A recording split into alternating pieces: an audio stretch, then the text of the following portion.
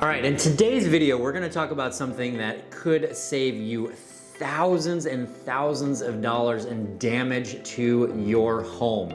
This is a big deal, and we're gonna talk about air conditioning. And if we know anything, air conditioning in Florida is a very important thing. I actually don't think I would live here if air conditioning did not exist. So I'm gonna introduce you to a special guest. All right, well, here he is. I have Clayton Purtz. Welcome, Clayton. Thank you, Brad. Purtz Air Service, and he's, as far as I'm concerned, you're the best in the business. So this is really amazing that we have him joining us today. And I want to talk air conditioning. It's getting a little warm in Florida. You've been a little busy dealing with air conditioning problems. That's really the number one thing that we hear from people. So for starters, what do people need to be concerned with when it comes to making sure they've got a cool home? Well, really, service is key. 6-month interval maintenances on the units. The drain lines have to be taken care of, to avoid property damage and damage to the actual AC unit itself. So, to stay on top of that is really essential. So let's dig into that a little bit. A drain line. What is a drain line? So the drain line is the condensate line going from the air handler to the exterior of the home. It's going to remove all the humidity from the house as the AC is running. Okay, and so that's dripping all of the time that the air conditioning. And what ends up happening is those lines get clogged over time? Yes, so it's cold, slow-moving water. It grows algae. The line plugs. Water has no other where to go but into the unit, into your home, causing property damage. Got it. And so it's my understanding too, there should be shutoffs, like if that backs up, if that pipe gets completely clogged, there should be shutoffs that cut the system from continuing to run, but there's a lot of instances where that's not the case. Correct. The cutoff could be faulty, could have not been hooked up properly. So that's, one of the things that we also check during the maintenance is all the safety equipment on the machine.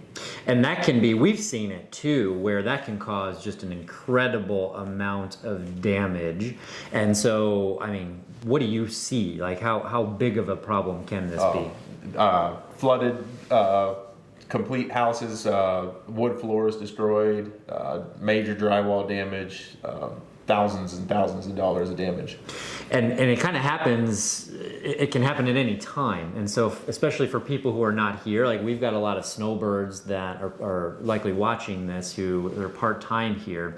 And so it could just be going on and we could not even be in rainy season and the house floods. Absolutely. With a situation like that. I had a client in a condo and the neighbors below complained that water was dripping, and sure enough, went by and there was an inch of water in the property leaking down to the unit below. So that is a huge deal. Yeah, you're talking several gallons of water a day. Yeah, and even if it doesn't, it doesn't get to that point, let's say the shutoff works, it still is a problem because the air conditioning stops working. So you're going to be inconvenienced and have to make an emergency call to come and have somebody solve that problem, right, even if it doesn't cause the property damage. So what is the time frame to have a typical service done? How often? 6-month intervals is ideal. That seems to be the key for keeping the system working properly. Okay, great. And that service, by the way, that's less than $100, right? Yes, it's very affordable and can save you a lot of money. Yeah. So every 6 months to just make sure that you have air conditioning in Florida, it's less than $100 and you can do the service. And so the key is being proactive with that. Because don't wait until we have a problem. I've seen that a lot of times, people wait until there's an issue, but then the issue could be huge. And especially if you're not here full time, get the air conditioning service before you go back, right? Absolutely. Because you're going into the summer and the warmer months and it's going to be working. Do you have any other tips for people? Is there anything that people should be doing to make sure that their air conditioners stay in the best health possible? Filters. Filters, because 6 months in some houses is, if you're just relying on the serviceman to change the filters every 6 months, that's not going to do the job in some houses. Some houses require every once a month interval on filter replacement, but the average is about 90 days. 90 days? Okay. And does it matter the quality of filter? I've seen like there's a significant, you've got the builder's grade, like construction filters versus, what is it, a MERV rating? Is that what it's called? Like, is there a difference on buying a $5 filter versus buying a $50 filter? Yes. You want to stick with the middle of the road, in my opinion. The MERV 8 is where I like to be. If you go too high, it's going to put too much restriction on the air conditioner. If you go too low, it's going to let too much pass. Okay. So, middle of the road is good. Because the air conditioner still needs to pull the air through, and Still if it's needs to too breathe. okay, got it.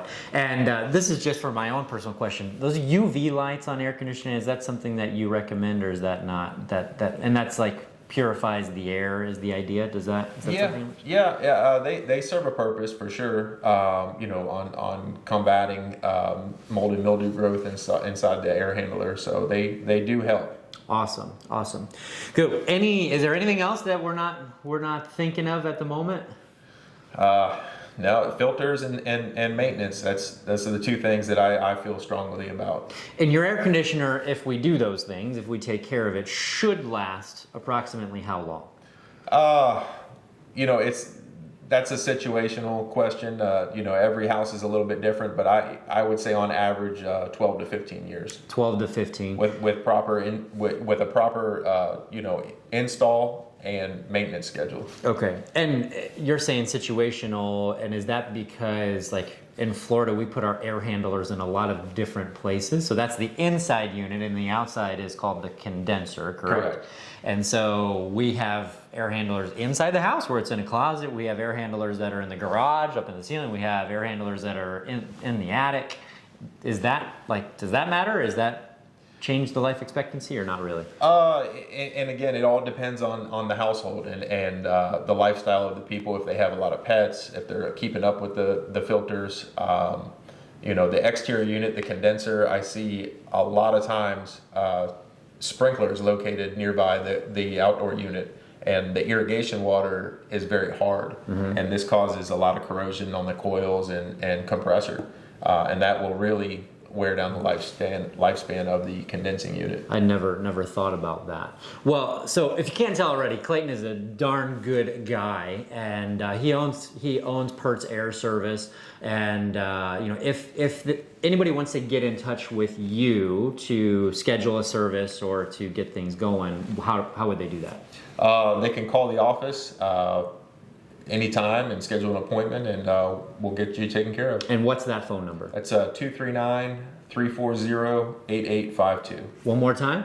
239-340-8852. Beautiful. All right, sir. Thank you, Brad. Thanks for coming in today. Absolutely. He's like, I've got appointments right after this, so we got to get him on his truck and get him on the road. But really good sharing that knowledge, because I really believe that this will help save people thousands of dollars in insurance claims and everything else. So, Absolutely. great. Thanks again. Thank you.